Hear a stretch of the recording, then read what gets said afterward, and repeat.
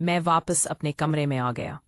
अगले दिन दोपहर को कोमल बाजी जब मेरे कमरे में खाना देने आई, शलवार कमीज और बना दुपट्टे के, तो कहने लगी, भैया आपसे एक छोटा सा काम है, करोगे प्लीज? मैं दिल में, हाय क्या मेरी प्यारी बहना को मेरी जरूरत है?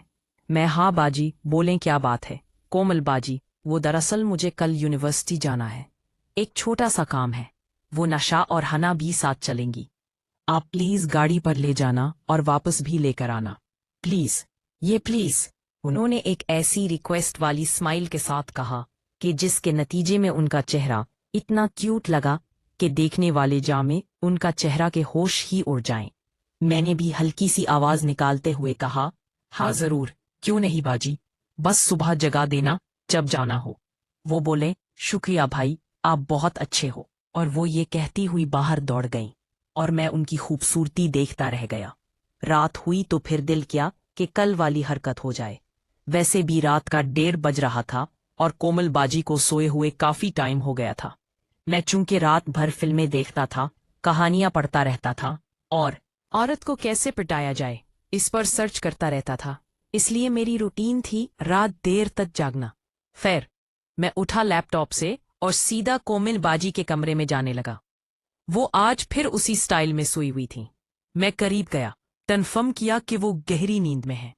इतने में कोमल बाजी थोड़ा हिलने लगी, तो मैंने फौरन हेलो लिया, दुरुस्त किया और बाजी से परे हटकर खुद जल्दी से बेड के नीचे घुस गया। कोमल बाजी इस अचानक के अमल से जाकर बैठ गई। मैं नीचे लेटा सोचने लगा कि अब क्या होगा। क्या बाजी को पता लग गया होगा? नहीं नहीं, अगर ऐसा होता तो बाजी उठकर देखती तो सही। वैसे मैं बाजी के हिलते ही नीचे घुस आया था, इसका मतलब बाजी ने मुझे तो बिल्कुल भी नहीं देखा होगा। खैर, जो भी हुआ, जान बची 100 लाखों पाए। अब दोबारा सोएं तो मैं निकलूं यहां से। मैं नीचे लेटा इंतजार कर रहा था कि कब बाजी फिर से सोती हैं, मगर बाजी शायद डर गई थी। वो उठी और कमरे की लाइट जलाई और अपना बिस्तर झाड़ा, रूम का डोर अंदर से लॉक किया और वॉशरूम में चली गई। मेरे तो जैसे तूते ही उड़ गए। अब मैं क्या करूंगा? बाजी ने दरवाजा तो लॉक कर दिया है। बाजी वॉशरूम में थी, ये अच्छा मौका था यहां से भाग निकलने का। लेकिन मैं अब दरवाजा कैसे खोल सकता था? और अगर लॉक हटाकर जाता तो बाजी को पता चल जाता, जो कि मुझे हरगिज गवारा नहीं था। मैं अब बिल्कुल बेबस सोचों में गुम था। तभी वॉशरूम का दरवाजा खुला और बाजी बेड पर आकर लेट गई। मैं यही सोच रहा था कि आखिर अब मैं यहां से निकलूं तो निकलूं कैसे। दरवाजा खोलकर जाता हूं तो बाजी को सुबह पक्का यकीन हो जाएगा कि कोई और भी कमरे में था, यानी सारी रात यहां ही गुजारनी पड़ेगी।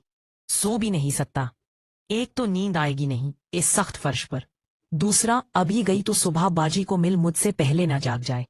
बाजी मुझे अपने बिस्तर के नीचे लेटा देखेगी तो क्या सोचेंगी, और शायद समझ ही जाएंगी। चलो खैर, जो तकदीर को मंजूर यहां पर लेटूं, अब तो जो होगा देखा जाएगा। अब मैं लेटे लेटे सोचने लगा, भाई जो भी हवा मंजर तो कमाल का देखा, काश कुछ ज्यादा हिम्मत कर लेता। इंसान को जितना भी मिले लेकिन पेट कभी नहीं भरता। खैर, मैं वहीं लेट गया। सुबह हुई तो बाजी का अलार्म बजा और मेरी आंख इसी अलार्म की आवाज से खुली। बाजी पहले से ही उठ गई थीं, जिसका अंदाजा मुझे नीचे लेटे बेड पर वजन ना होने से हुआ। तभी मेरी नजर बाजी की ड्रेसिंग टेबल की तरफ पड़ी, जहां से मुझे फर्श पर बाजी के पांव नजर आ रहे थे। जमीन पर सख्त फर्श ने मेरी हड्डी पसली तोड़ के रख दी थी। मेरी थकन का ये आलम था कि दिल किया कि अभी बेड के नीचे से निकलकर बाजी को कहूं कि बाजी, जो थप्पड़ मारने हैं मार लो मुझे, लेकिन ये इजाजत दो कि मैं अपने कमरे में जाकर सो जाऊं। लेकिन ये सब करने की हिम्मत शायद मुझे कयामत में भी नहीं आनी थी।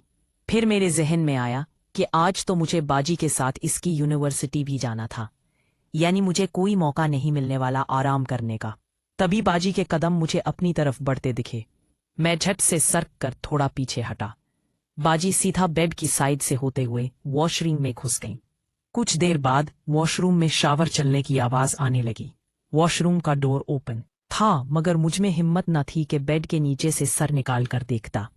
बाजी के रूम का दरवाजा अभी तक लॉक ही था। इतने में बाजी वॉशरूम से बाहर निकले और आकर बेड की साइड पर खड़ी हो गई। बाजी का चेहरा ड्रेसिंग के शीशे की तरफ था।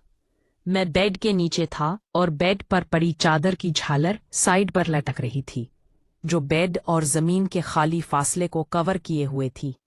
मैं भी थोड़ा पीछे को सरक गया ताकि अगर बाजी की नजर भी पड़े तो शक न हो। मुझे इस वक्त नीचे से सिर्फ बाजी के पैर ही नजर आ रहे थे। बाजी की सोच के मुताबिक तो कमरे में बाजी के अलावा और कोई था नहीं, और कमरा भी बाजी ने लॉक किया हुआ था। मेरी मोहब्बत मेरे सामने सर रोकी हुई थी और मैं उसे देखने से भी महरूम था।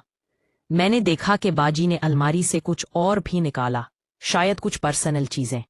इतने में बाजी हा के फोन की बेल बजी। बाजी ने फोन उठाया और कान से लगाते हुए बोली, हाँ बोल मामू, कैसा है तू, जाग गया क्या? फिर आगे से किसी ने कुछ बोला।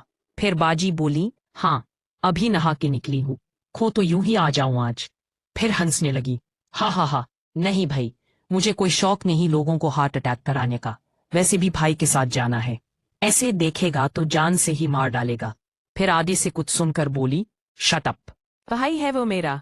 अच्छा मैं भी नशा को पॉल करती हूँ, हाय। और बाजी ने फोन नीचे कर दिया। ओ तेरी खैर। दिल किया कि अभी बाहर निकल कर कहूं कि बाजी, ये फोन पर जो कोई भी था ठीक ही कह रहा था। आपका भाई वाकई आपको जान से ही मार देता, लेकिन जान से नहीं, पूरी जान से। वैसे मैं सोचने लगा कि ये मामू कौन था, बाजी किस से बात कर रही थी, और फिर ऐसी जुबान। बाजी ने मना भाई का झूठा कब खाया जो उसकी जुबान बोल रही है। खैर वो तो ये उस वक्त बहुत कुछ ऐसा कर रही हैं